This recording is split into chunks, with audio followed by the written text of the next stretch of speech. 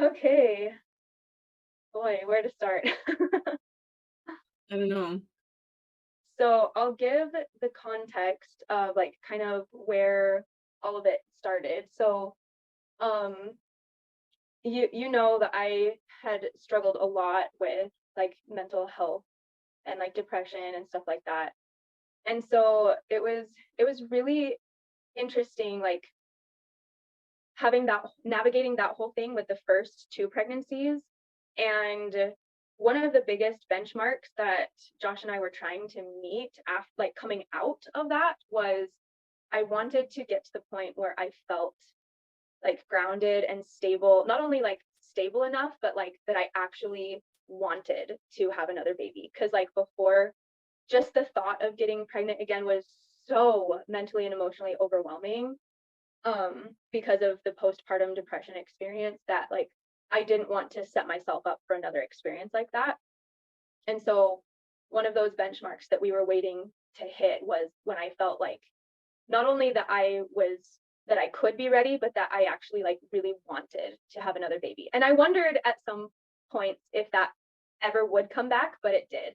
And that was when Kenneth was about 4 years old. And I distinctly remember that shift. We were on a family vacation in Australia, and I remember feeling finally like, you know what, I really want to have another baby. And I'm like, okay, like this is this is what I hoped I could feel like. And that feeling genuinely came. And so that's when we actively started to try getting pregnant again. And I wasn't really worried at that point just because um, we had never had pregnancy issues before. And so we're just like, okay, like as soon as we're ready, then we can have another baby. And it was quite a while. I can't honestly remember how long it took. If I went back in the timeline, I could figure out how long it was. But I do remember that it was longer than we expected. But when we finally did get pregnant, we were like really excited. Baby number three. And um, it like everything seemed to be going just fine. Well, then I started having these experiences where I was already feeling like a lot of like depression and anxiety come back. It was in the middle of winter in Alaska, which is not that great of a season to be in anyway. But it was really interesting because like I was already starting to feel feelings of disconnect with the baby, and I never felt that before because I'm like, this is so weird. Like, what's wrong with me? Why don't I feel connected to the baby? And just feeling a lot of grief and despair and stuff like that. And there's this one time where I, it was just like in the middle of the night, or actually, I think it was early morning that I just woke up and was feeling so unsettled. And I just kind of like started crying and praying at the same time, like, what's going on? I had a pretty significant experience there. But one of the things that came to me at that time was this baby will be a bridge to you between you and people on the other side. And I was like, huh, this is really interesting. And I'm like really excited to meet this baby, and it just kind of like maybe rekindled that connection that I felt, but still, I don't know, it was just a really weird scenario. Um, well, then it was several weeks after that experience. I was coming up on my 20-week mark. And um, man, like I don't know like how much detail to go into just because like it really could be 3 or 4 hours of telling the story. So to try to be expedient. Um, it was really interesting how like the night before it all happened, when we had that first miscarriage, was when there are like some other tender mercies that got put in place. For example, we had a mattress that was like really hurting our backs, and so we had ordered a new mattress, and a friend was bringing it to us. Um, and so he got there that night, and we had a barbecue, and like we told him that we were pregnant and everything. And um, Anyway, we set up the mattress in our living room, and we were just sleeping out there because like we didn't have time to put it in our bed and everything. And so we were sleeping out there that night, and I just woke up in the middle of the night. It like it was almost like this thud inside my uterus, and looking back, it was probably like maybe the placenta detaching or something. I still don't know. It's hard to even like say or describe exactly what it felt like, but I just felt this thud and it immediately woke me up, and I was like, something's really wrong. And so we were like grappling with that. What do we do? I wasn't bleeding or anything, and I had never experienced any bleeding or any adverse signs in any of my pregnancies, even this one. And so we were like, what do we do? Should we go to the hospital? Should we not? But we decided to pray, and we both felt peace about it. And but then like as soon as we ended that prayer, I felt a little gush. And so I went to the bathroom, and sure enough, like I was bleeding, and I just felt immediately like now's the time to go to the hospital. And at that point, we still like it was new enough. We thought like, okay, there's still maybe a chance to save the baby, but we just didn't know anything at that point. So we did, go into the hospital, rushed in, and like just the blood kept coming. Kind of like by the time we got there, I kind of already knew, but you still like try to keep the hope and all of that. But going into the hospital room and like showing them how much blood I had already lost, and just all of the questions, everything, it was just like pretty clearly leading to, and then the ultimate like answer was when they couldn't find the heartbeat. Like that's when we both knew, and like I just like broke down crying. And I was just feeling so sad and so sorry too, like because Josh and I had both waited so patiently like 4 years till we were ready to have another baby. And anyway, there were a lot of tender mercies around that time too. But what I did not anticipate was the aftermath that would come like in the coming months, where things really, really did get shaken up for me. And one of I had like so many questions, and I wasn't necessarily, I mean, I was wondering like, why did this happen? It doesn't make sense, like, those types of things. But at the same time, I had some very wise counsel given to me at the time, which is don't go down the why trail. And that really did help. So I didn't really let myself play that game, but there were other questions that I had. Specifically, like I we had felt at the time, so it was really precious. We did get to hold the baby, and it was just like so tiny, just like that big in our hands. And like that was a really, really tender and sacred moment. And we wrote letters to our baby as well as like to us. And I don't know, we were just recording some of those feelings at the time. But it was interesting because at that time we felt a really strong presence that it was a boy. And so we had kind of chosen a name that we had already anticipated naming our next baby if it was a boy. Our next boy that would come to our family, that was the name that we chose. But then in the process, like we had also asked the doctors to see if they could tell what the gender was. And a little while later, we found out that it was the doctor's opinion that it was a girl.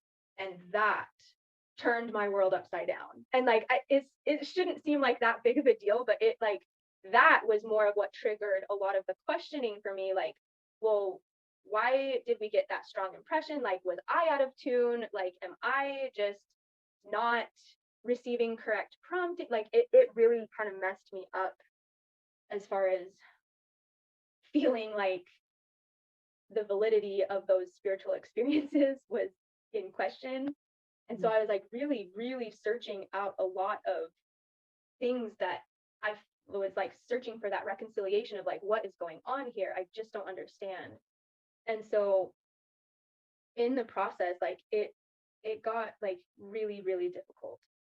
Um, that question particularly came full circle a while later when we also kind of received another prompting of what was going on there, which is that we did feel that confirmation that that girl, that baby most likely was a girl, but the reason why we felt the presence of a boy so strongly was because that boy was the one that we knew about and that he was there with us to comfort us as we were holding that baby and that loss. And that to me like reconciled that question and it really brought me a lot of peace. And whether or not that truly is the case, like, you know, eternity will reveal those concrete answers, but I still feel like peace around that and that kind of brought those questions to closure for me. And but after more and more of that time, I was experiencing a lot of emotional pain with other areas of my life that I feel like it was kind of like the miscarriage was the tip of the iceberg. And that there were so many other things that I had kind of just like, yeah, they were hard, but I just kind of put them on the back burner because like they weren't that hard, like not that significant that I had to address them right away. But when the miscarriage happened, all of a sudden, like it all just came to the surface so strong, so fast. I I was overcome with grief and anger and like so much emotional pain. And that was the hardest thing that I had to sort out. And over time, and there was definitely a lot more that went on in the background with each of those, and a lot more things that fell into place to address those things. But one of the things that happened was months down the road, I remember feeling that a lot of tender outreach had come through the miscarriage and like a lot of I mean people came out of the woodworks. It seems like when you have a miscarriage all of a sudden these people come out and you're like wow, I had no idea how many people are touched by this in their lives, like people that you never knew have struggled with miscarriages, they just all come out. And so I did have a lot of outreach, a lot of comfort, a lot of really tender, blessings and gifts. There is one set of people, they were actually like the accountants at Josh's work. And when they found out what happened, they were like, oh my gosh.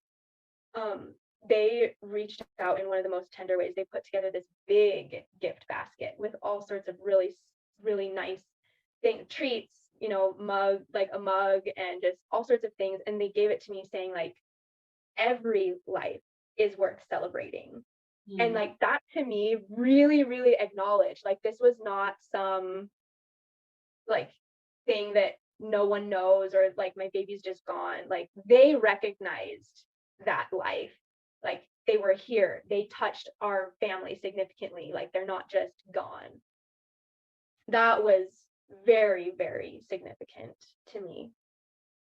And so like I felt like I was getting a lot of really beautiful support around managing the grief from the miscarriage. But like I had referred to before, there was like several months down the road when I also had this feeling like I still am feeling so much grief.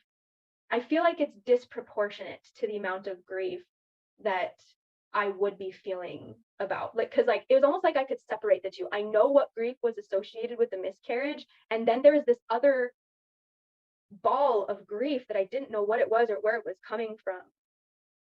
And so I um in just like seeking out to understand, like I didn't even know what it was.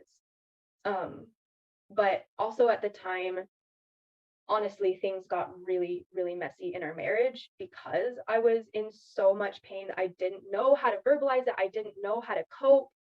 I was like just up and down all the time.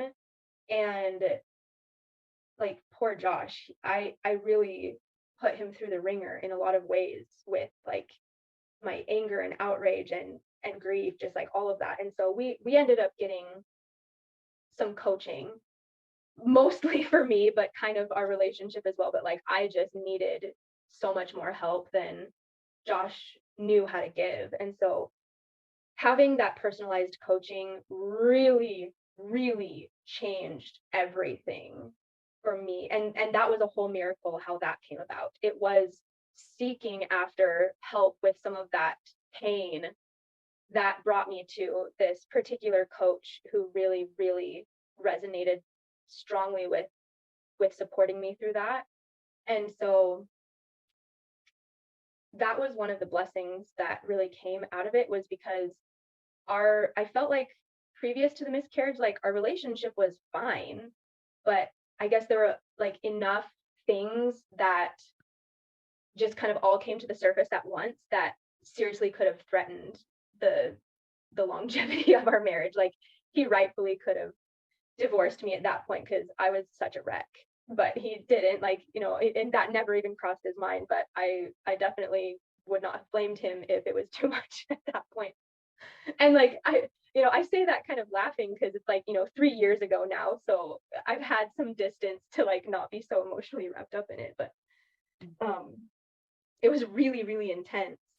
And but that was one of the biggest tender mercies that came through that first miscarriage experience, because it was that, just like the surfacing of the pain that brought so much out that needed to be healed, that it really changed the way Josh and I interact. It brought so much more understanding and love and compassion. And through the coaching, we learned different ways to relate to each other that were connecting instead of separating. And we wouldn't have got that. Like I wouldn't have sought after relationship coaching if it wasn't that bad. Like we would have just kept going.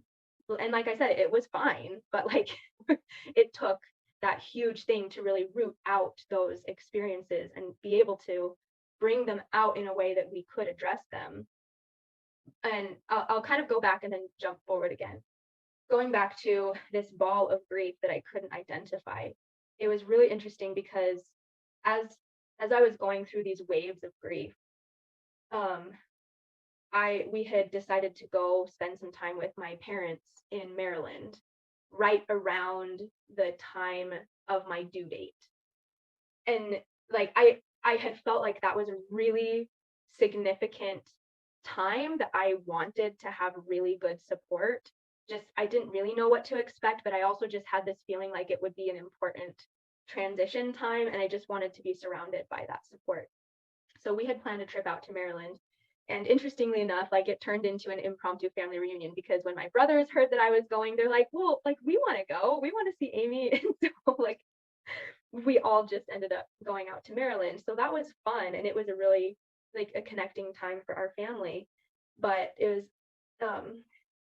when I got there, and I think either my brother Jake or Jordan had gotten there before me. And so they had already had like a day or so with my parents. And my parents had bought this book called Third Culture Kid. And I know my history of growing up all over the world. And so I think it was Jake, because like he had been having some really intense struggles himself with feeling very out of place in the United States, like just feeling so disoriented from our life before, and then like feeling out of place here in the US. And so my mom had bought that book and gave it to him. And when he started reading it, he like kind of broke down in tears, because like, oh my gosh, like, is this where like all the answers that I've been asking all these questions, like this book was basically explaining his life to him, and it provided so many answers and context. And like he wasn't crazy, and he wasn't like out of place for feeling these that way. Anyway, so that was kind of the context of, I saw this book and my mom was telling me about it, my brother was telling me about it. And so I was like, like maybe we need to do some family therapy while we're here or something. So I remember going up to bed one night, and like I was exhausted, but my family was down playing games. and I couldn't get to sleep. And it wasn't because of the noise. It was just like all these things were kind of coming up. And I had this very, very strong pull. You need to go read that book. And so I was like, okay, like, what does this have to do with anything? But okay. And so I went down and I just like quietly went into the corner in the living room and opened up this book.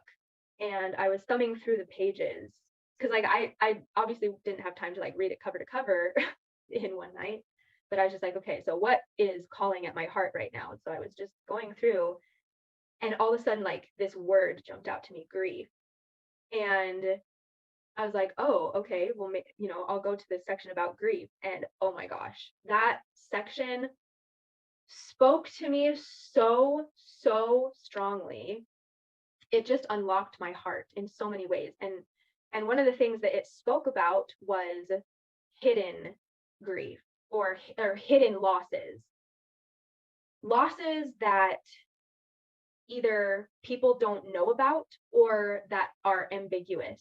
Like these ambiguous losses that are hard to articulate to other people, and you don't even really know that they are losses per se, but like life goes on around you and you're feeling this grief, but don't maybe you don't know why, or maybe you do know why, but other people don't see it or acknowledge it. For example, in the third culture kid context, when you move someplace, it's often shrouded with excitement, like this is a new place, there's all these people that are excited to greet you in your new home, and all these transitions that seem to be good and exciting. And so, but not everyone knows what you're leaving behind.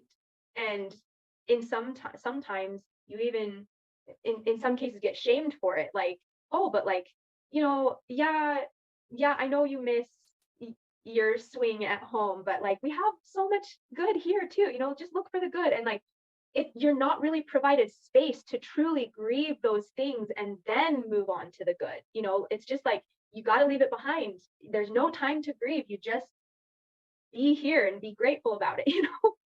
And oh my gosh, that opened up a place in my heart that gave voice for so many of the things that I feel like I had not acknowledged. So much of the grief that I had been like hiding away in a corner, especially moving up to Alaska. And I thought that I had been through the cycle of moving so many times that it was okay and that everything would be fine. But I had experienced some significant losses and sacrifices that just didn't really go acknowledged. And they were just like hidden inside of me. And I had never had time to grieve. I never had a reason to grieve because like I was married to the man of my dreams. And like, it's fun to start a new marriage. Anyway, also you can stop me if I'm like going into too many side stories. Oh, great. But I promise it's all relevant.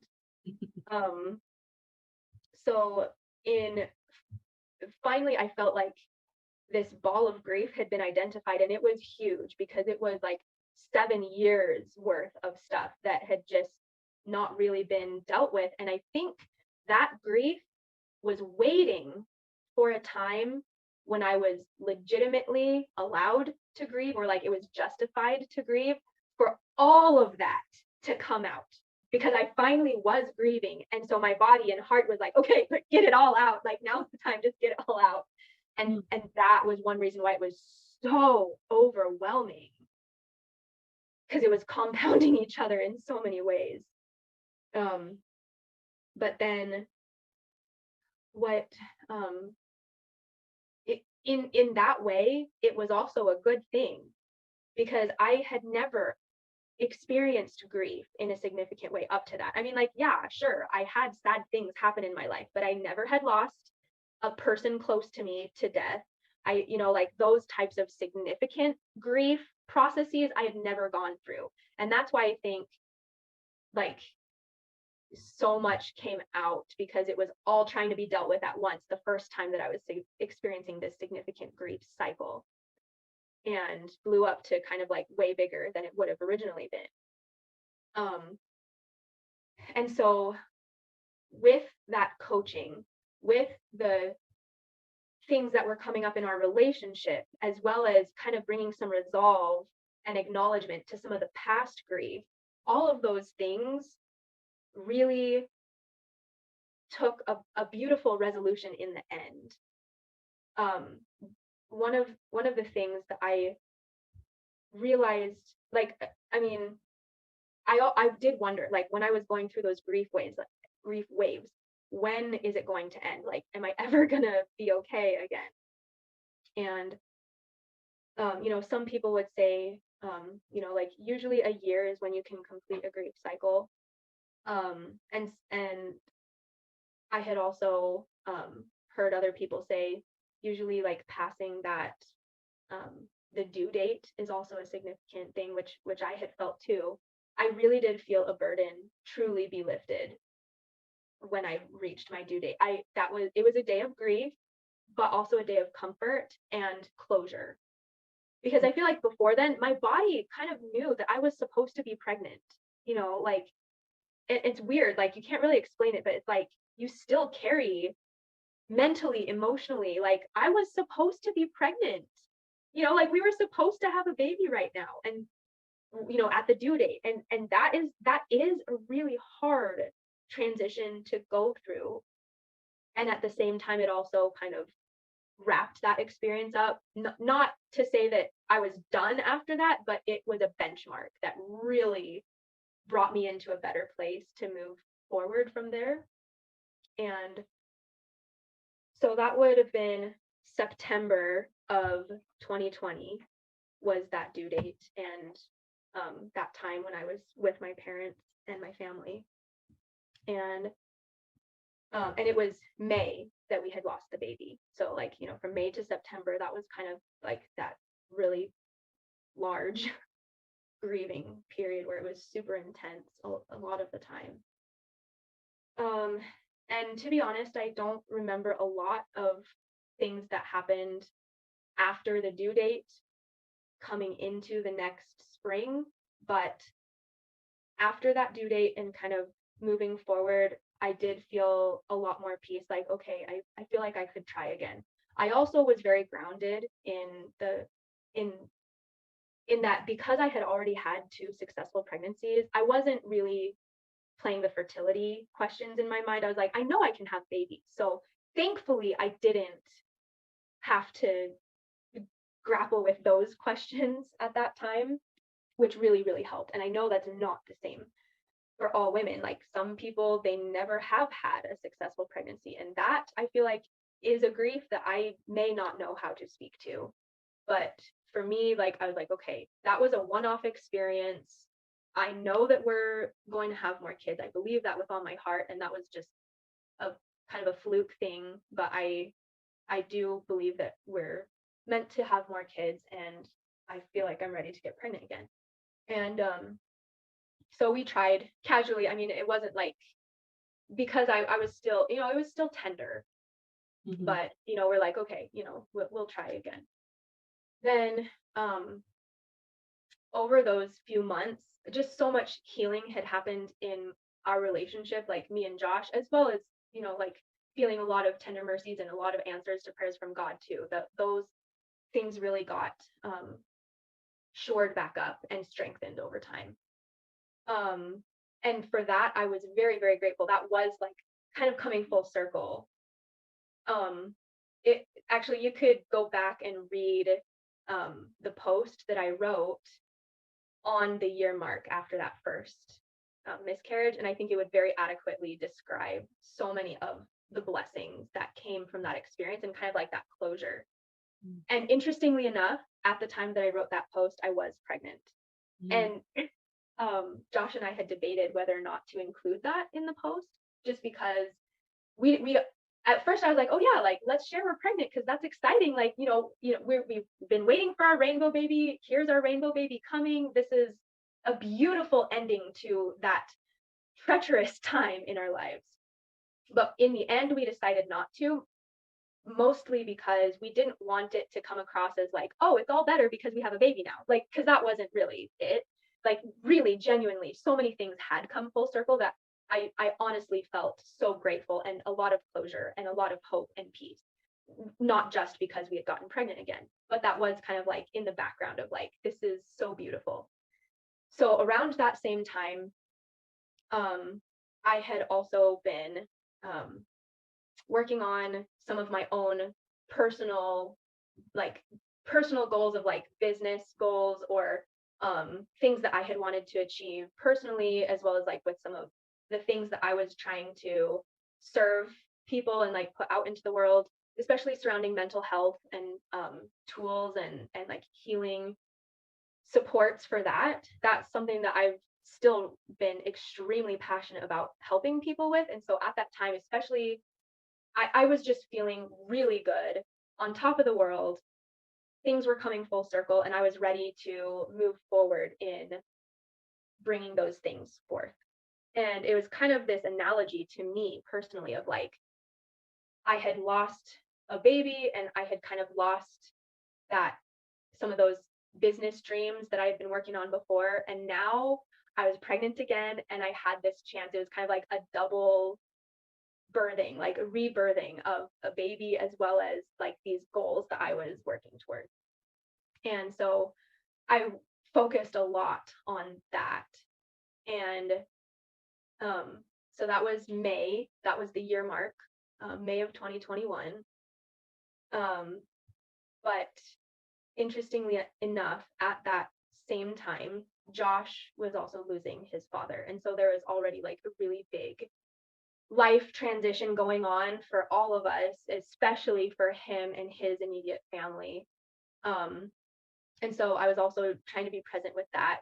And we, like, really, I think it was like within the week of Josh's father passing away, we had told him that we were pregnant, and his mom was in the room. I think his sister was there too, but it was just like this really beautiful, intimate moment when we were able to tell him that we were pregnant again. And then they lost him, and it was around the same time when I went to go get an ultrasound. And circumstances were that I was alone in this appointment, but thankfully I was in a clinic that was extremely supportive and compassionate. But I remember going into that appointment thinking and feeling like this is so exciting, like we're gonna get our rainbow baby, and miscarriage did not even cross my mind at all. I really, really was, I felt grounded in the fact that the last one was a fluke, just a one-off thing, and that this was the miracle coming. And so when I went in there, I had told them about my history, but I was like, no, I'm not worried. Like, I felt good this pregnancy. I just, like, it's been great. But then when they got me up on the table and were searching for the heartbeat, there was no heartbeat. And that's what really rocked my world, because at that point in time, then it was more like, whoa, that was not just a one-off thing. This this could really be a lot bigger than I had anticipated. Um, that was a really hard day. I called Josh right away, so he was there, well, on the phone when I was processing that, and like when the doctor, or like the practitioners were talking with me and us about it. And thankfully, again, that grounding advice, like, this is not your fault, so don't play that game. Just don't even go there. Mhm. Josh said that to me as well as the practitioners, and that definitely kept me grounded again. But man, that one was way harder to deal with or to cope with. But at the same time, because of the way that I had framed my, I guess, like, I was literally coming off of one of the highest moments in my life. Things were so good in our relationship, so good in my relationship with God, so good in so many of things. I was coming off one of the best times in my life. And then to have that happen again, it was interesting because I had learned so much through my mental health experience that I knew how to keep myself grounded from going back into depression. But it was very interesting too, because of Josh losing his dad and like all the grief surrounding that, and me staying grounded in my business goals. I was like, I lost another baby. I'm not losing this business again. Like, that's just not going to happen. I may not have control over the baby, but I have control over taking action and like making progress in my goals. And so I threw everything into that, everything. And that did keep me kind of grounded. At least it gave me hope. It gave me purpose. It gave me something to work towards. Whereas before, like the previous miscarriage, man, I had nothing. I was just lost. And so months went by, and um, I I was really, really focused on my business goals, and we went to Hawaii for Josh's dad's burial because that's where he was from. And so like all these good things were happening. And so in that way, like I didn't really sink at that time. But it was interesting because pretty much as soon as we came back from Hawaii and that closure, so to speak, had happened for the family, that's when I did sink. And I started to realize that I had not grieved myself and I had not processed that miscarriage at all. I was just kind of like holding it all together because there was like no other option and I didn't want to break like I did last time. And so, but I sank really fast, really, really fast. And it felt like what I had so carefully kept together was very quickly crumbling, especially with the business stuff. Like things started not working out. My goals were starting to crumble. My ability to stay present with those goals, and both physically, because like I feel like my body was also starting to shut down. Like, dude, you really do need to process this, as well as mentally, emotionally. Like I just wasn't able to hold it together like I had before.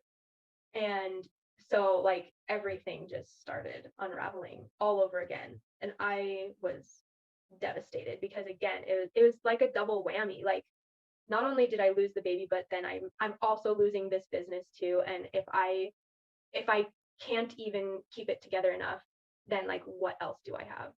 Like I again just felt completely gutted and like I had nothing. And that was a point of real searching for me. Especially, oh, this was a thing that I had forgotten to mention. I had actually kind of forgotten about this part of the story. It was around the same time of that anniversary of the first miscarriage that I had had specific impressions of like, now's the time you need to build a website for your business. I had felt that. And so it wasn't just like this inner drive. Like I felt like it was an inspired thing that I was supposed to do. And that's why it was like so difficult for me. I was like, I thought God told me to do this, and now this is crumbling too. Mhm. And that's one reason why it was so disorienting to me. And I did start to really question those, like, God told me to do this. I know and I know that we're supposed to have more kids. Like, why is this not happening? Why isn't God sustaining us through this or like making it work? Like the whole house of cards came crumbling down, and it took me down with it really hard. And it seems like, uh, man, yeah, that was a really hard time. And I also wrote another Facebook post that kind of puts it into context. That was New Year's Eve of 2021. And that's kind of where I hit rock bottom of the second miscarriage. And I was very much in that place of, God, like, really, what do you want me to do? Because I've given everything to what I thought I was supposed to be doing. And here it is crumbling again. I can't bring a baby into the world. I can't bring my business ideas into the world. Like, I'm just a failure completely. And I thought I was supposed to do these things. What's going on? And it was really amazing at that time. There's so many side stories that put the tender mercies into context, but this one was crucial, which is that at the time, my sister-in-law was, um, she, we had already been discussing a lot of like healing principles and like mindset principles and stuff like that. And she had invited me into this course that interestingly enough, that particular course didn't really work out, but in the process of that course not working out, I got kind of like a freebie rollover into another course. And she also paid my way, like basically funded me to be in that course at that time. And it was completely miraculous. I know it was the right time at the right place, like everything, because I was supposed to have started in November, but because of everything falling apart, I had reached out to the course like mentors and just explained what was going on and asked if I could jump into the next round of it. And they were very gracious to say, yeah, that's totally legitimate and we'll let you. So it was January that I got to um, start. And that was already after I had kind of crashed and come into this moment of, I got nothing left. I don't know what to trust in. I don't know who to trust in. I mean, like, I know God's there, but I don't feel like I can trust you right now. And I was literally just like kind of at a blank slate, ready to have my life rewritten because I did not know where to go from that point. And so it was going into that course that started in January. It was about miracles and about basically it was about how to trust God and work with God on creating miracles in your life, which was exactly what I needed, especially because I was grappling with those exact questions at that time. How do I trust in God after all of this has happened? Because I didn't know how to anymore. And it was very, very beautiful how going through that course with such loving and compassionate people, and it was a small group, so I didn't get lost in the shuffle. People were very helpful and compassionate, meeting me where I was, and step by step, principle by principle, it got built back up in me how to trust in God again and to open my heart up again for good things to happen. And like certain things came into place, miracles did start happening again, and that literally put my life back together.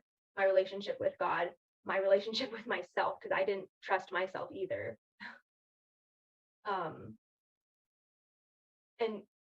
And that, it saved my life. Like it really did. It got me grounded again with those principles, not only knowing them, but feeling and seeing them come into play in my life as well. And that, so I lost the second baby in June.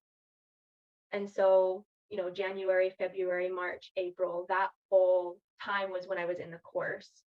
So it really put me again in this beautiful space, coming up on the year mark, bringing that closure, kind of like that transition.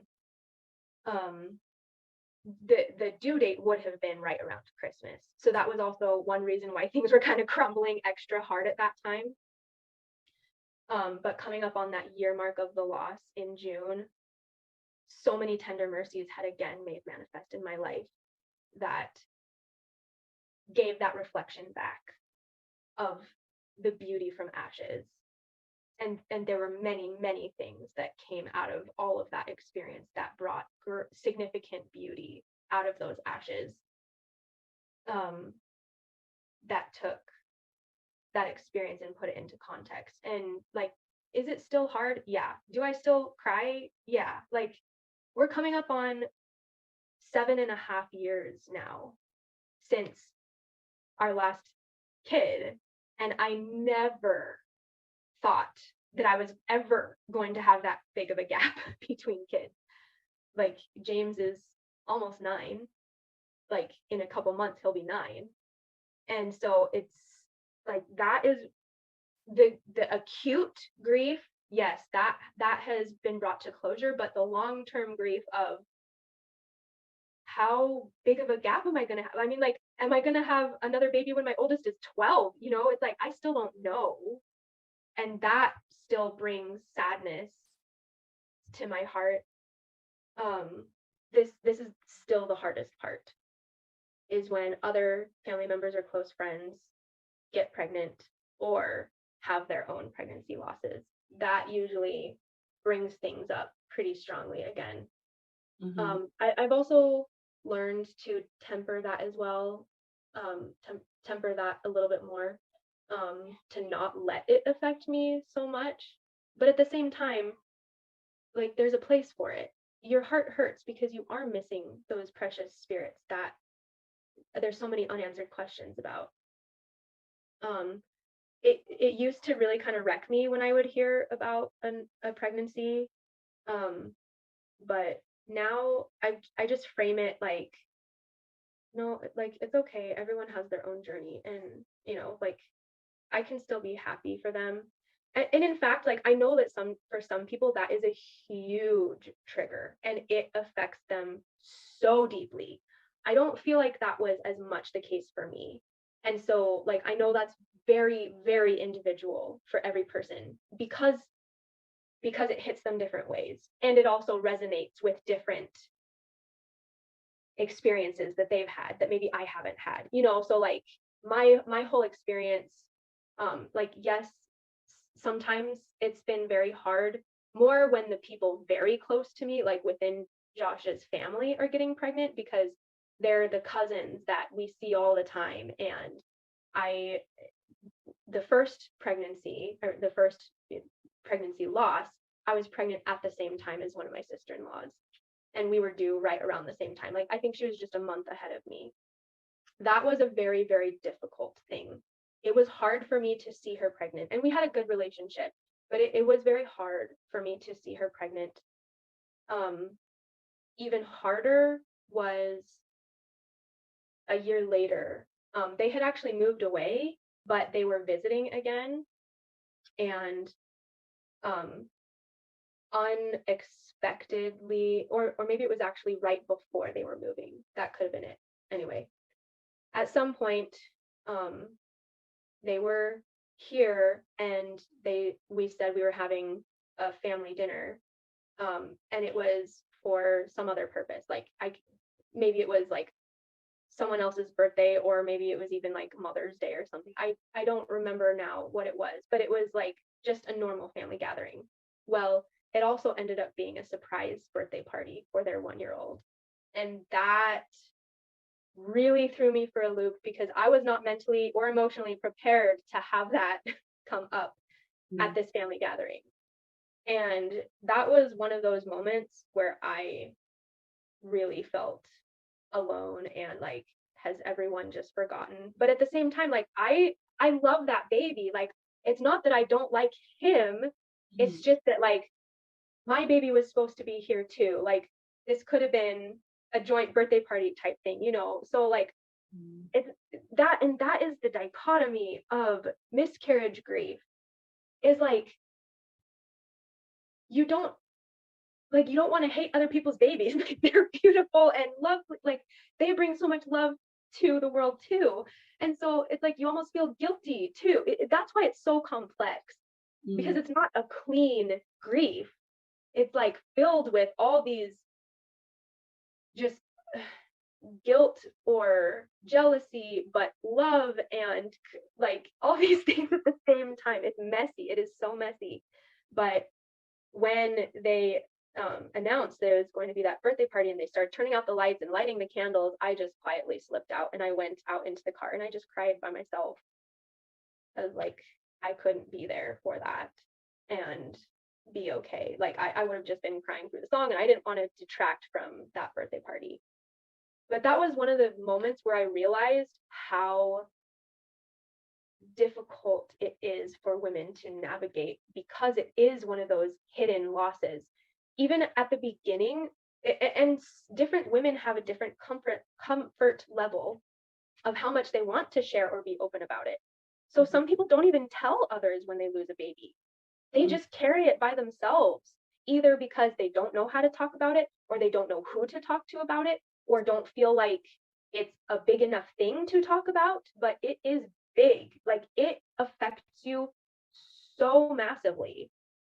And I think so many women carry that alone just because they don't know what to do about that. Especially your first time, you just, yeah. It's so disorienting. And so even though I had been very open about my experience, I had a lot of support. I wasn't afraid to talk about it. And so I did have many women and men, like just good people surrounding me to carry me through that grief. That was one of those moments where I just felt like, yeah, everyone is oblivious to what I'm going through right now. No one even knows that it's my baby's birthday too, and it's just that's really hard. Yeah. And at the same time, like that type of grief really does temper you in so many ways and gives you that groundedness to be there for other women who go through the same thing. And since then, another sister-in-law just barely lost a baby like 2 months ago, and that was their first one. And they have had troubles getting pregnant, so this was a miracle baby for them, and they lost it. And so like being able to be present with them through that loss, I never would have been able to do that without my own experience. It's one of those things that you like instantly bond over, like you just know, like Mm. in a way that you don't know otherwise. And at the same time, it is so different for every person. So it's not necessarily a guarantee that you know what they're feeling or how they're processing it, but it at least gives you some groundedness and connectedness. Like, I've been through this too, and I'm so sorry that you have to walk this path as well. Mm-hmm. So that's kind of like a lot of the story side of it. And I know that you had questions of like how to support people, or like, putting that into context of like your relationship with God, or finding purpose on the other side and stuff like that. So um if you have like thoughts or questions that maybe I didn't touch on while sharing that, then I guess, so you said that in around January or right before January, you were at your lowest and you knew God was there, but you didn't know how to trust him or how to trust yourself. So, and you said you were talking about that course. So I guess I'm sure it's a complex answer, but I'm curious about how, like, I don't know, was there something that helped you build that back up? Or was there like a bunch of small moments that led up to that? Or was there like a larger moment? yeah, I think it was a combination. Definitely a lot of little things, like, people, or like one person being there for and like saying something that I needed to hear, and then like another person saying another thing that I needed to hear, and like kind of slowly putting pieces back together, like people being in the right place at the right time to kind of like help reconstruct things, or at least be present with me when I was totally falling apart. Um, but it really was that course that started to teach me about like how to believe in miracles again, and to start to trust that good things do and can happen again.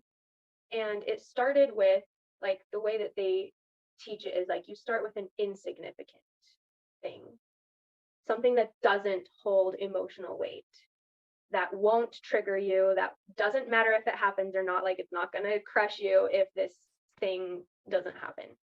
But then you just like make that desire known, and then just see if it happens, and like no pressure. If it doesn't happen, it won't happen.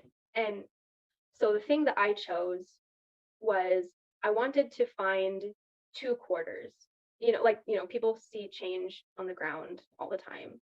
I mean, maybe not all the time. Like, I knew that it would be a significant matter to find it, but that's specifically why I said I want to find 2 quarters next to each other, because it's easy to find one, relatively, like that's common, but to find two right next to each other diagonally, like they asked you to get really specific, like see it in your mind, just put it out there. What would you like to to see? And so I'm like, okay, I would like to find two quarters. But the interesting thing was that we live in Nenana. It's not a small, I mean, it's not a big city. It's a very small town. We have one grocery store, and it's like a small community type store. It's not like a Walmart or anything. And so there's not a big parking lot. There really are not big places to find change on the ground. So in my mind, I was thinking, okay, like I'll go to Fairbanks, and just on my shopping day, that's when I'm going to find them. But and I will say there is this other significant thing that really helped me through that time, which was being with people that I knew loved me, and like getting into places that were like relaxing and rejuvenating. For example, my my husband's grandma also passed away in November. So like before, it was after things had already started to crumble, but it was still before like the lowest of lows. But Josh was going to go to Arizona for that, and he said, Amy, you should come with me. Even though like I didn't really know his side of the family, like his extended family very well, but he's like, Amy, you just need a break. You need to get out of Alaska. Arizona is sunny and warm. Like you need to come. And so, we got the kids taken care of, and I went on this trip with Josh. And yes, it was very healing. I got sunshine. I got warmth. Like it just wasn't so overwhelming all the time. I just got a break. And I was surrounded with people that were very loving and kind. And it was very nurturing to my soul. And then in January, after kind of the emotional crash, we had a family reunion-ish thing. It was my grandma's 88th birthday in Texas. And that was also another warm, like not so cold and dark and isolated of a place. That got me out as well. Got me out, connected with my family, which was very significant. Because I had felt so distant from my family and my extended family for so long. And I had cousins there and aunts and uncles that I had not seen in 15 years. That was very, very significant and beautiful to have those connections and conversations. And interestingly enough, one of my cousin's wife, who I didn't know very well, but she actually had a miscarriage only like within a week or two before that birthday. And so like we got a small chance to connect on that. Like that was a whole different thing. I could go into that story too, but just to be able to reach out to her, just so many things that just kind of all built upon each other. But I bring that up because actually that Texas story builds into the quarters story. But having those grounding, rekindling, like nourishing my heart type moments really helped calm my spirit, calm my nervous system, like all of that. It was just so heightened all the time that helped me kind of like release and ground. So back to the quarters, I was really thinking, and at the same time, I was also questioning a lot of things like, what the heck am I doing in Nenana? I am in this cold, dark place. This is not good for me. I need to be in these sunny, warm places. That is good for my soul. And so I was having like a lot of these questions too, like, why am I supposed to stay here if it is so bad for me mentally, physically? Like it just is so hard. And I was feeling a little bitterness about that. Like, why can't I just live in a nice, beautiful place like everyone else? And so like I had said, I kind of expected to just go to Fairbanks on a shopping day, and that's where I would find my quarters. Well, completely unexpectedly one day, Kenneth came over and he's like, Mom, look what I found. And he reaches out of his pocket and plops two quarters on the table diagonally right next to each other. And I was like, what the heck? Like, this just happened. And let me put that into a little more context, because not only was it in Nenana, but I also knew that it wasn't my son's random change that was floating around the house, because previously he had already put his change in a certain spot, and I knew that's where it was. And so like these 2 quarters genuinely did, like they were a surprise. Where they came from was a coat that my aunt had given to us in Texas that she didn't need anymore because her kids had outgrown it. And she said, "Hey, this looks like it fits your son. Do you want to take it home?" And we did. And so we came home. We didn't know those quarters were in the pockets. And it was a few days later that he found them in the pocket. Wow. And so it's like all this beautiful weaving of all these things, putting the right things in the right place at the right time. And that, like I said, that was something that didn't matter if it happened or not. It didn't hold emotional weight. It wasn't going to trigger me if it didn't happen, but it did. And that was the moment where my heart opened back up. God knew me. He saw me. He knew that I was in Nana, like that there was very low chance of finding change on the ground. And he brought it to me. And not only that, but he had orchestrated it before I had even set that goal. And that was where my faith started to open back up again to say, okay, like I may not have answers for these crazy huge questions, but I know God sees me here in Nana, and he knows what I'm thinking and feeling, and he orchestrated this to come in, even though it was a very insignificant thing to bring to pass, but it was significant to me. That's where my heart opened back up again. And through continuing practice, like putting those things into practice that we were learning in the course, it built on each other and like opened my heart a little bit more and a little bit more and a little bit more. And another one of those tender miracles was during the holiday season, also while I was totally crumbling. My mom had this idea, since we were apart for the holidays. She was like, well, why don't we just make Christmas treats over a video call? You know, like we don't have to be in the same kitchen to make treats together, but we can make treats and talk. And so we pulled out our favorite treat, which was English toffee. Like, you know, like the thin layer of toffee and then like chocolate on the top. Like we made that every year growing up, and it was my favorite and my mom's favorite. And we had not made that since I got married. So it was a long time. And that was one of those things that just made me genuinely happy, because like it rekindled that tradition. It, you know, brought me closer to my mom during that time.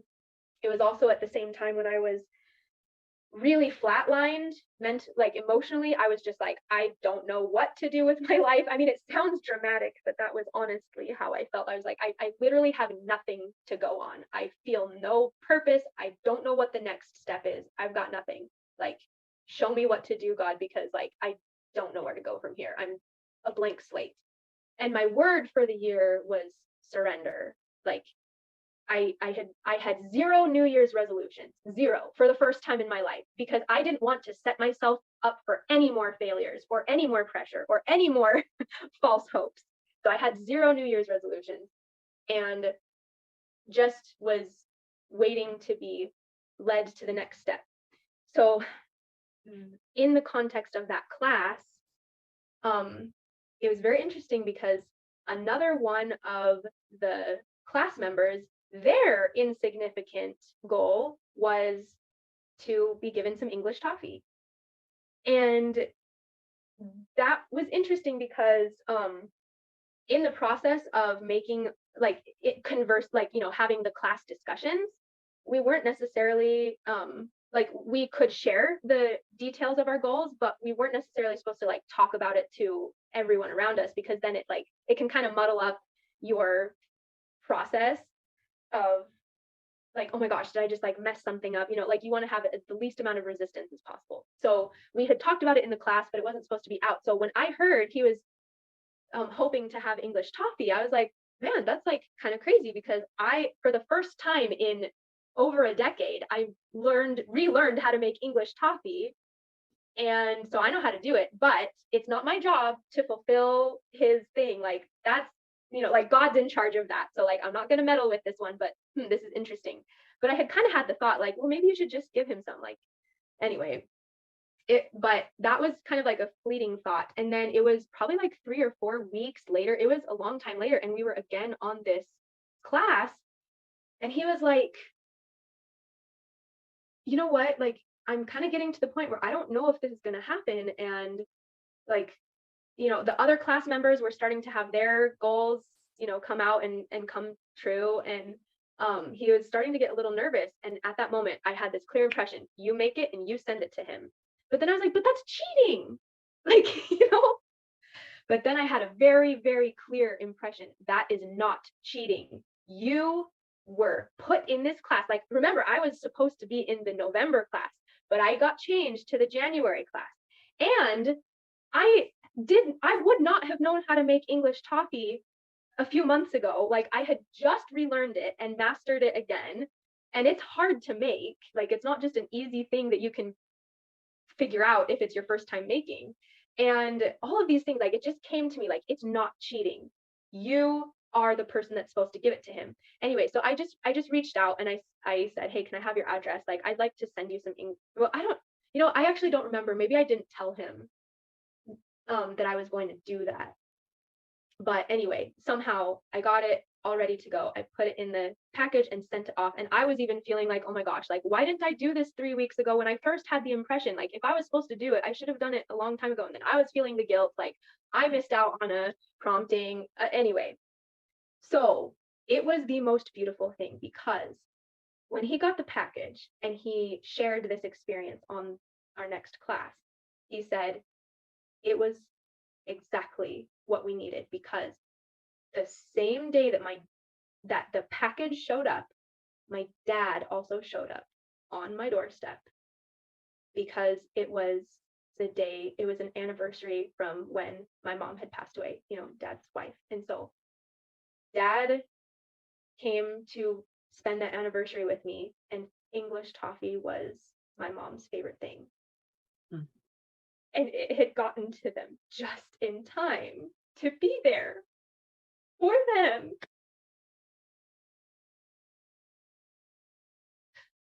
And that was another one of those extremely precious moments where I knew things were happening in the right time, in the right place. And again, I still didn't have the answers for why all this other messy stuff was going on, but I knew the miracles do still happen, and that the Lord orchestrates things far in advance, before we even request them. He knew that I needed to learn how to make English toffee, like, at my lowest point. And he knew that's what that other person needed. And so it was those type of moments that really grounded me again, to trust and believe, and to remind myself, coming off of the first miscarriage experience, where yes, it was extremely excruciating, but the Lord provided ways to bring it full circle, for Josh and I to get that relationship coaching that brought us closer and gave us more tools that we never had before, that brought us closer than we ever had been before, and kind of set the stage, really, like a springboard for what was to come later. And so many of the other things. I mean, like, the relationship coaching and like healing those parts and like bringing us back together was a huge part of it, like a huge thing that was a blessing, but it was by far not the only one. Like, there were so many things. So by the time that experience had come full circle, and like I said, I was at one of the top moments, I mean, like, times of my life. It was so beautiful, and I was so grateful for all those experiences. And I saw how the Lord had brought us through that experience, that I reminded myself, even if it's still messy right now, I know what happened before.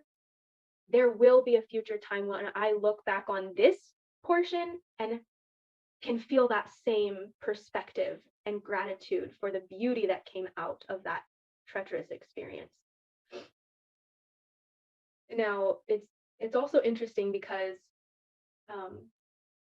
yes, it's been another year since, well, we're coming up, I guess, on another year since that first anniversary of the second miscarriage. Sorry, that's like a lot of numbers. Okay, so it's been almost 2 years since the second loss, and and because of having two in a row and several other things, I did feel like it was important for us to not try to get pregnant again until we had some answers. Because I mean, first of all, like, I don't I knew that I could not handle that again, just like without purpose. I like those two, it took me a full year for each of those to recover. And again, I know not all women are like that. Some have, some get pregnant right away again, or like they try over and over and over again. Like, that's a very personal decision for everyone, and everyone has a different capacity to handle that grief. But not only was it a very, very deeply, it affected me very deeply mentally, emotionally, but physically as well. And my body just did not have the capacity to go through that again without purpose. So I knew that we needed some answers before trying to get pregnant again.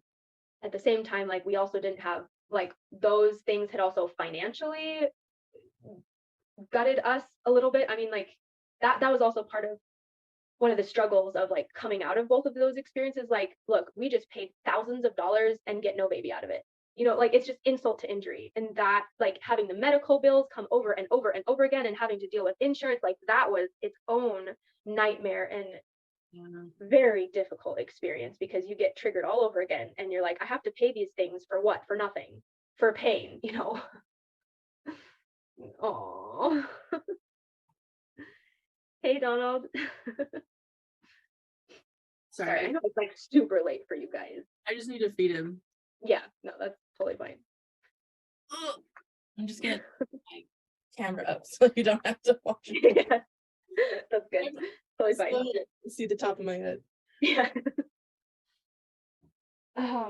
So, like, and those are some of the nuances of pregnancy loss, that it's so complicated to navigate, and why there's so much grief involved, because it's not just losing the baby. It's paying the medical bills, talking to insurance all the time about what happened, and like, it's a wild card who you're going to get on the phone, and like all of these things. It's so difficult, not to mention like all of the physical aspects. Like, your body is in recovery, and sometimes that has its own either painful or complicated aspects. Like, the second time I hemorrhaged and I had significant blood loss, and like, I was very depleted for the next few weeks, if not months. Like, it was weeks before I got my color back. I mean, it's like so hard. And so I guess what I was saying is, like, there are a lot of nuances to each person's journey. But for me, I was not in a position to just try again and keep trying until we get a baby. Like, some people are able to do that, but I was not. Yeah. And so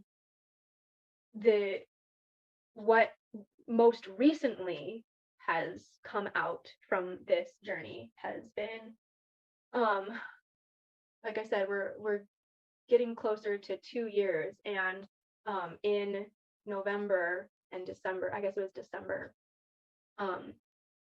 I had been having like really difficult sleep issues and fatigue, and just like, I was like crashing physically so much, that I just knew something was off. And Josh had been going to a naturopathic doctor, and when he went to go see him, he's like, Amy, I really think you should go see this doctor. Like, the things that he was talking to me about were so relevant, and I really think that he could answer a lot of your questions too. And so I was like, okay, that sounds good. Like, I had always wanted a holistic, more natural solution anyway, because like, the other doctors that I had talked to, like, every time I got a blood test, everything came back normal. Like, I thought that I had thyroid issues, and maybe that's something that was causing the, at least complicating. I'm not saying that thyroid issues would cause the miscarriages, but just like my hormones were off, and something like that. But my thyroid had come back normal. Oh, that was one of the very devastating things.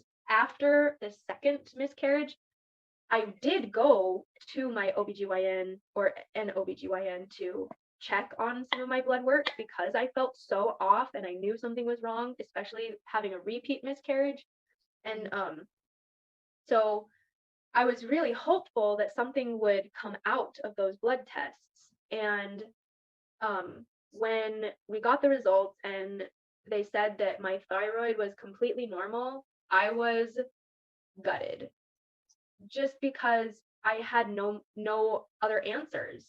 I was hoping that that would at least provide some context or like something that we could bite on to find out what was going on. And I was like, dude, like the doctor says there's nothing wrong with me. This feels very defeating. And so that was one reason why it also took several months because I just didn't know where to go with that information, and I thought that it's not even going to help me to go at this with conventional medicine anyway. Mhm. So all of that, like long story short, I ended up going to see this naturopathic doctor, and he listened very intently to everything that I was sharing, and he was very insightful, and he could very clearly see almost right off the bat. He did confirm it with some tests, but he's like, I will bet you anything that the blood tests come back that you have adrenal fatigue, and oh, something else. Like my cortisol was just out of whack. Um, and so, but I also had said my impressions about my hormones being off, like maybe it was thyroid or maybe it was progesterone. And there had actually been several things that I had felt like it was probably a progesterone thing because with progesterone deficiencies, sometimes the placenta can detach, and like there's problems with getting the getting the blood properly to the baby. And so I was like, man, that sounds pretty accurate to what may have been going on. So I was like 90% sure that a progesterone deficiency was going to pop up on those blood tests, and I mean like the hormone tests. Anyway, so like he listened to all of that and he got me on a lot of tests. Well, the hormone test did come back normal again, which I was like, "Oh, seriously? Like I thought for sure there was something off with the progesterone." But what he did find was this marker in my blood test that showed a pattern of a virus. And so he was like, okay, I don't know what yet, but I'm seeing this virus pattern in your blood work. So let's test you for, several of these viruses and see which ones come up positive. Well, that was very, very insightful because when we got that blood work back, not only was there one virus, but there were four. And one of them was Epstein-Barr, which I had heard about before but hadn't really like explored much. And one of them was another one called cytomegalovirus, which I had never heard of before. It was like not even on my radar. But anyway, like in receiving the blood tests for all of these, I went home and researched them. And researching these viruses, I found out that cytomegalovirus, which was also the highest, like my blood results showed that they were off the charts. Like they couldn't even read how high it was because it was above the highest measurement that they could even test for. So like that was off the charts. And that virus is associated with pregnancy loss. Wow. Yeah.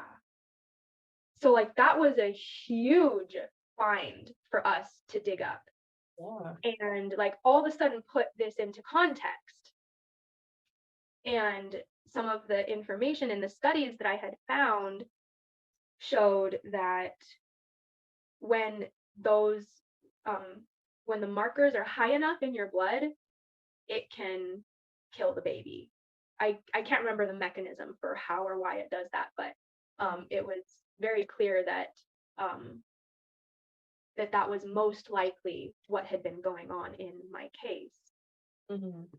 And so like, all this time later and having that, reminding myself like, okay, there are answers. I believe there's answers, and not that I necessarily need to know everything about why all of this happened, but I do believe that there's something that I need to figure out in order to have a successful pregnancy again.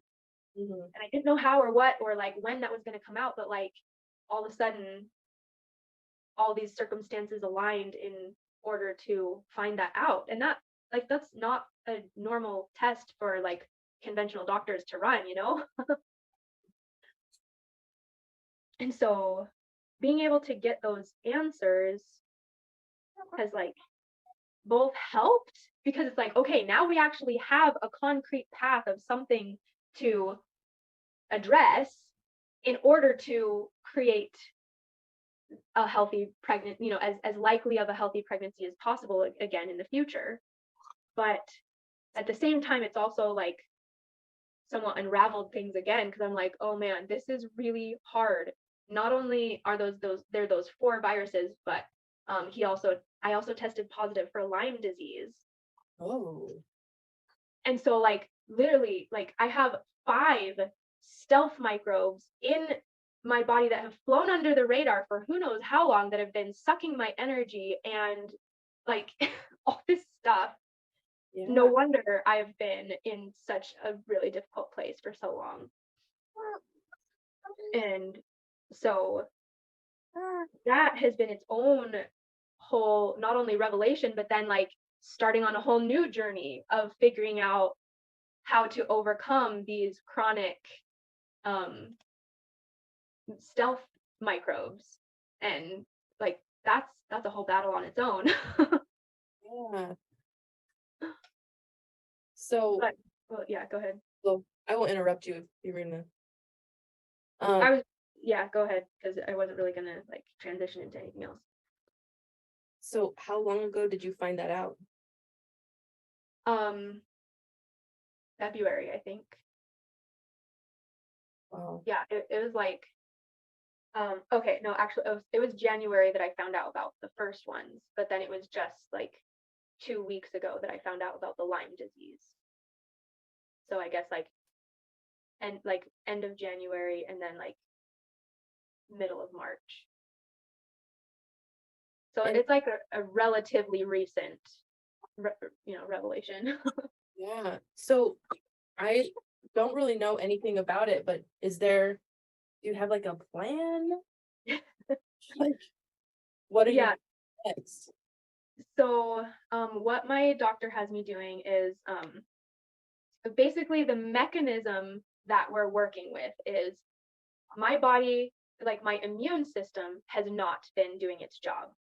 properly for a very long time. And my adrenals have been overworked and underfed.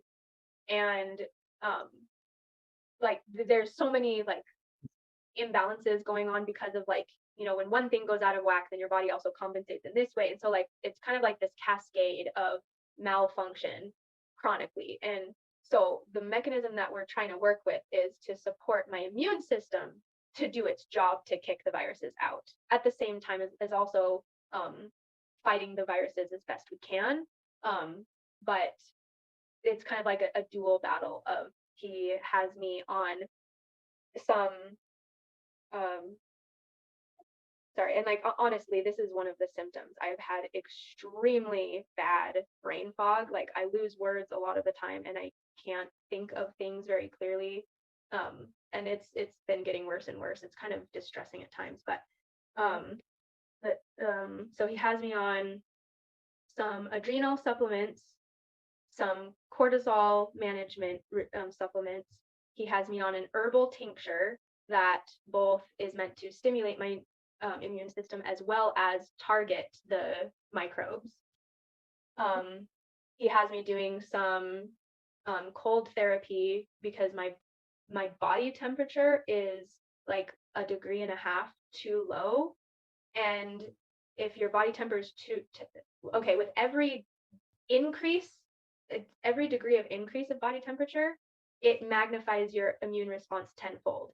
And so like if you can imagine having basically like that much reduced of an immune function from where it's even supposed to be in the first place. So like 1.5 degrees colder than it's supposed to be, my immune system is like massively slower than it's supposed to be. Mm. So where doing the cold therapy is supposed to trigger my body into producing its own heat and raising my body temperature so it can do what it's supposed to do. And then there's also like liver support that he has me doing to help detox, and a few other things that I can't remember right now. Oh, like some breathing exercises as well, that's also meant to help raise my body temperature, stuff like that. So it's like it's a pretty holistic plan, but it's also uh like a long, what do you call it, like a long stretch recovery Mhm. type of a thing. It's because it's not masking the symptoms. Like it's not just conventional medicine that relieves the symptoms but doesn't fix the problem. Like we're getting to the root causes and fixing those so that it can be like a holistic recovery, not just like addressing one thing and then like having other problems come out later. Yeah. So that in and of itself is very rigorous, in like not only is the fatigue crippling at times, but then like I have to really stay the course, and all of this needs to happen if I ever want to have another baby, because like as long as the virus is there, like the pregnancies will keep failing. And so like that's that's really challenging. Yeah.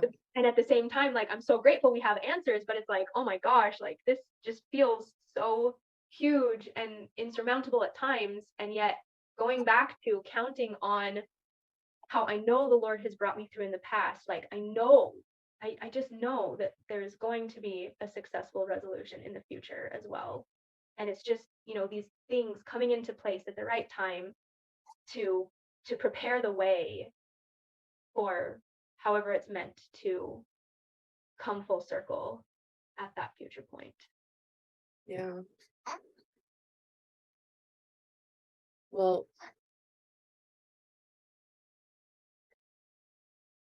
yeah, that's a lot, Amy, that you've been through and that you're going through. Yeah. Thank you. And I just admire your, I don't know, your diligence and determination, and I don't know, your capacity, I guess. I don't know. Mm, thank Uh, you so much. and I just love like everything you've learned from it too.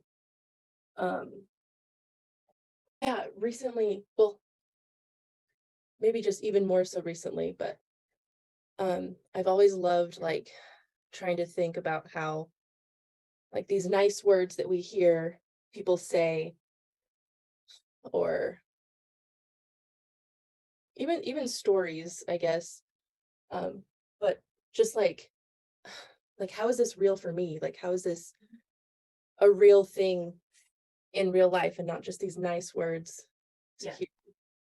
Um, and so I just love like the practical real life moments where you've like actually lived it and experienced it, and it is like very real. So, and that's why I wanted to ask you about it, because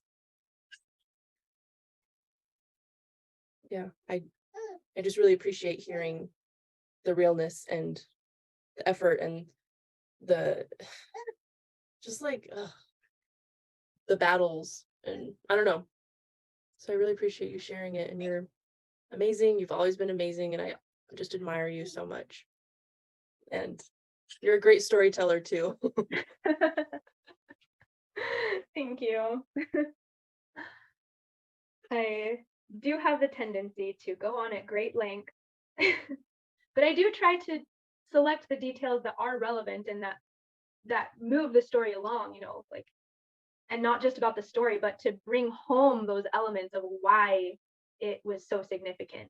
Those little details that really do speak to you and that matter, Mhm. like because those are the signatures that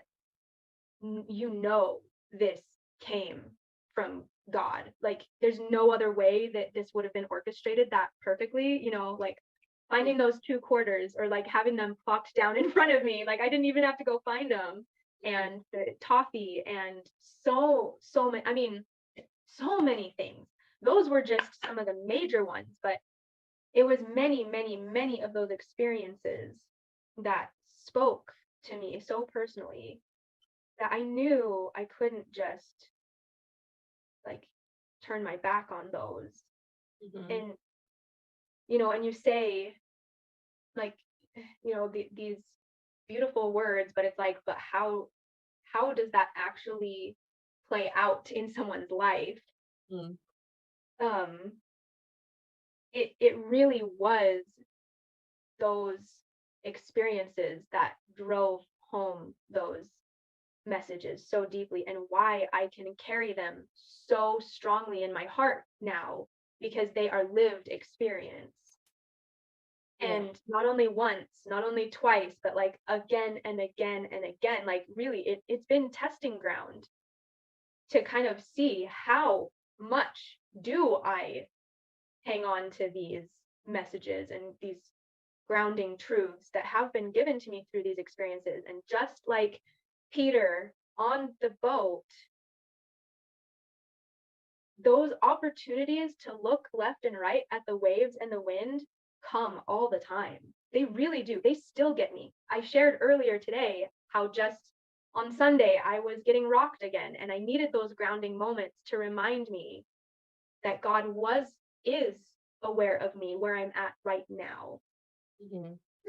And yet that is kind of the pattern of like, okay, the next time that I have these winds and waves that I can look at, am I going to choose to do that? Or am I going to reground myself again in what I've already known to be true from my experience?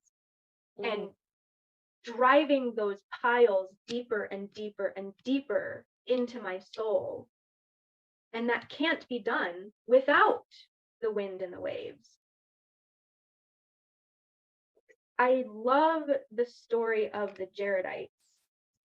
And I'm on my phone, so I can't pull it up on my phone, but I'll tell the story as best as I can without actually reading the verses. But I found these scripture, like this line in there that has resonated with me so strongly. And um, when they were getting into the boats, like they had no concept of how long it was going to take for them to get across the sea. Like there were no answers. They didn't know if it was going to be days, weeks, months. I think it was months. Like it ended up being months. Can you imagine like being in this claustrophobic capsule in the middle of the ocean with no way to steer yourself and like literally no control? Yeah. And yet those verses say that, the waves and the winds dashed upon them, but that was what drove them to the promised land. Mm.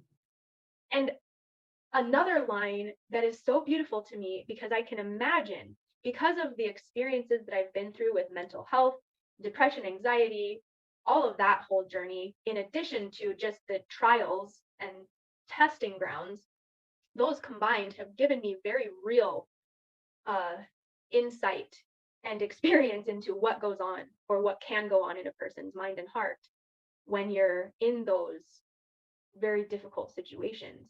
Because I can imagine in that place, it would be very easy to freak out and be like, what the heck are we doing? Like we're like basically dooming ourselves to like death. Either that or just losing hope. Are we ever going to make it? I mean, there's so many ways that they could have lost their mental emotional composure, and maybe they did. Like we don't have that part of the story, but what they do have in the story is that they sang praises the whole way through, or maybe most of the time.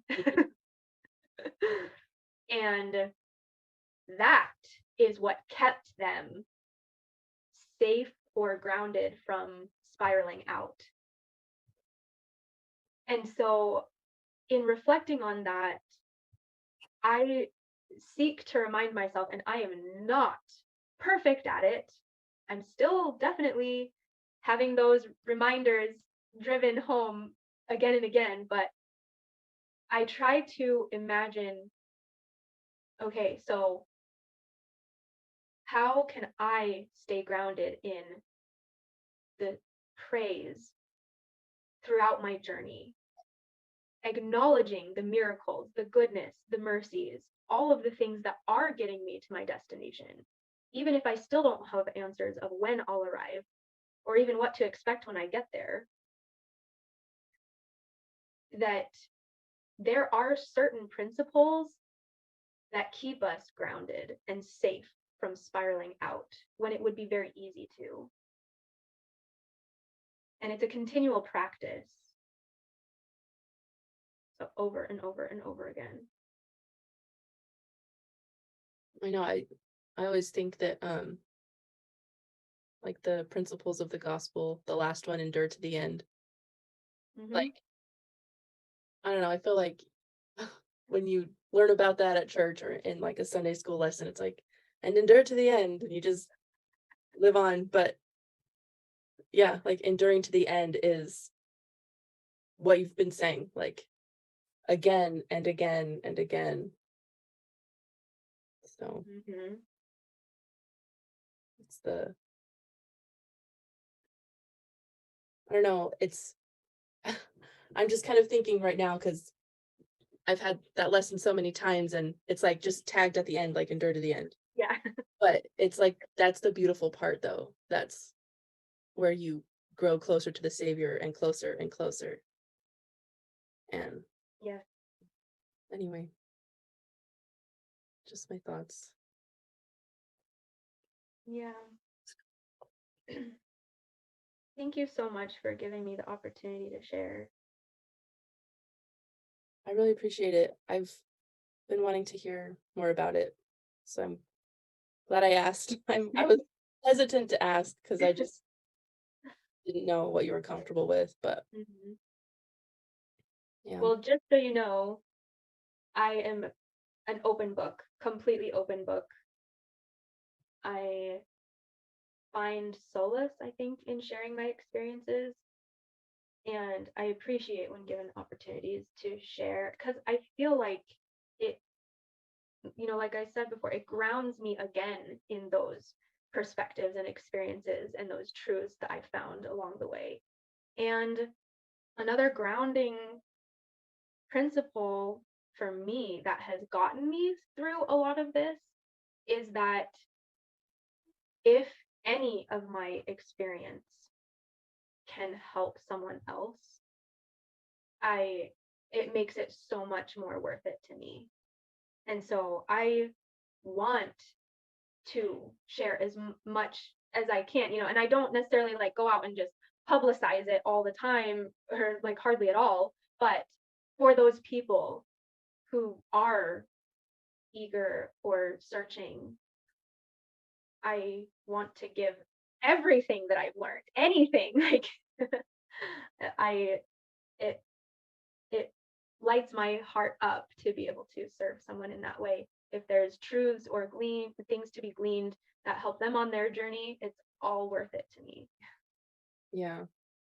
Well, you totally remind me of, do you know what Time Out for Women is? Mm-hmm. Have you been to one before? I have been to one in person, but it was actually a second one virtually because it was during COVID. Yeah. That was one of those grounding tender mercies because I had been registered for it for a few weeks, and that was while I was pregnant before the first miscarriage. And I got access to that virtual session days after the miscarriage happened. And it really, really was a healing balm that I needed at that time. And it was so interesting because, like, for some reason, I can't remember the circumstances now, but I was supposed to have watched it the week before, but like something I had gotten locked out and I got an extension, and like, like my whole life changed in that week. And all of a sudden, I needed those messages more than ever before. And the theme of that Time Out for Women was Take Courage, My Heart. And I really needed that at the time. I have the tote, like the purse thing. I take it with me everywhere. That was the thing that I had with me all the time, just that I could visually have that reminder because that was one of the tender mercies that came to me at that time, and it's still my favorite verse. Anyway, you were gonna say something about Time Out for Women. Well, you remind me of like the speakers where Mm, you have this personal experience and then you also tie it into like these scripture stories and it's so relatable. Like I love the your analogy of the waves crashing and like you turning side to side with Peter, but then also the wave analogy of the Jaredites, and that's what took them to the promised land. And yeah, it's just so good and like easy to understand with the visuals and relatable with people. I don't know. I just can imagine someday you being some speaker somewhere and I don't know. Great I stuff. would love that. That would be so cool. You should do it. You should do it. I don't even know what the process would be or look like. I don't know if it's like an application or something, but I know for Time Out for Women, you have to have something that Desert Book sells. mm, And okay. then, because all it is like this big promotion for Desert Book. Yeah. Because they're all authors, all Yeah. artists. So Hmm. I think that's what it is, Okay. basically. You should do it. Yeah, now you've got the wheels turning. What what to get into Deseret Book? Actually, interestingly enough, Josh has something that we're um, going to put into Deseret, or at least like apply to have it be What is it? put into Deseret Book. It's a rendition or like a painting, digital rendition of Joseph Smith that is it matches as many of the descriptions, like journal or written descriptions of Joseph Smith that he's found, and matches the death mask. Like he uses this form of digital like layering that he actually like put the death mask on top of the painting so that he could match all of the features, so it like overlays perfectly with the death mask and then all of the written descriptions. So like to him, or to us, that's like the closest depiction that we have ever come up with of what he might have looked like. Mm, that's I really can cool. I can send you a picture of it. It's Yeah, pretty I want to see it. cool. Yeah, we actually were going to see if we could get it into Desert Book this last Christmas, but things were just way too crazy, and we wanted to prepare a written Mm, um, like a written summary of like what were all the descriptions that he compiled into this rendition, and kind of like the story behind it, because there's a story too of how he got this idea to do that. And mm. so once we have that kind of written compilation with the story behind the painting, then we'll submit it. So That's so cool. yeah. Hmm. So now, yeah, now I get to think, what would my thing, what could my thing be? Yeah, they've also had like couples at a Time Out for Women. There was this couple that came on stage together and did something together. It's funny. I would love that, but Josh would not like that at all. He does not like being on stage. He does not like public speaking. He has to do it for being mayor and stuff. And he was on the high council too, and he had to speak every month, and he did not like it. He was good at it. He is good at it, but he doesn't enjoy it. Which I'm like, this is so sad because you really, really are good at it. Just learn to like it, okay? And then we could totally do all these amazing things on stage together. It would be so fun. And he's just like, no. Oh, But wow. I don't know. I mean, maybe someday, who knows? But at this point, he would rather stay out of the limelight, which, that's okay. Mhm. I do love being on stage though. It lights me up. Gosh, you should totally, I don't know, look into it at least. Yeah. Well, if you have any ideas, then maybe we could figure something out. I know you're really good at calligraphy. Maybe we could do like some sort of art with like the story behind, I don't know, like grounding affirmations or something. I don't know. I'm not saying that you need to like help me with it or anything, but just thinking. I know. Not that I want to speak at anything, but I support you. Yeah. I could still do the speaking and you and I can do the thing with whatever we sell at Desert Book. You don't have to be on stage. We just like produce this thing together. I don't know. That would be cool. That would be really fun. Uh, my phone really is about to die though. Okay. So Well, thanks for telling me and talking to me, and it's been fun to stay up late with you. Talk to you. yeah. So, Yeah, thanks for being willing to do that. I know it's like super late, but it's like really fun. We used to do this as roommates, just like stay up and talk and like support each other. And honestly, that's one of the things that I miss so much is just having like mhm. close friends that will just talk with you in all hours of the night and you just have this, yeah, just this comfort from talking. So thank you. No, I'm so glad we're doing this. Yeah. Okay, well, I'll talk to you in 2 weeks, maybe. Yeah, yeah, we'll see. Like I said, I'll keep in contact, and I hope so. I think that would be wonderful. So we'll see how the trip goes. Yeah. Okay, love you so much. Love Have you. a Bye. very good night. Thanks. Bye.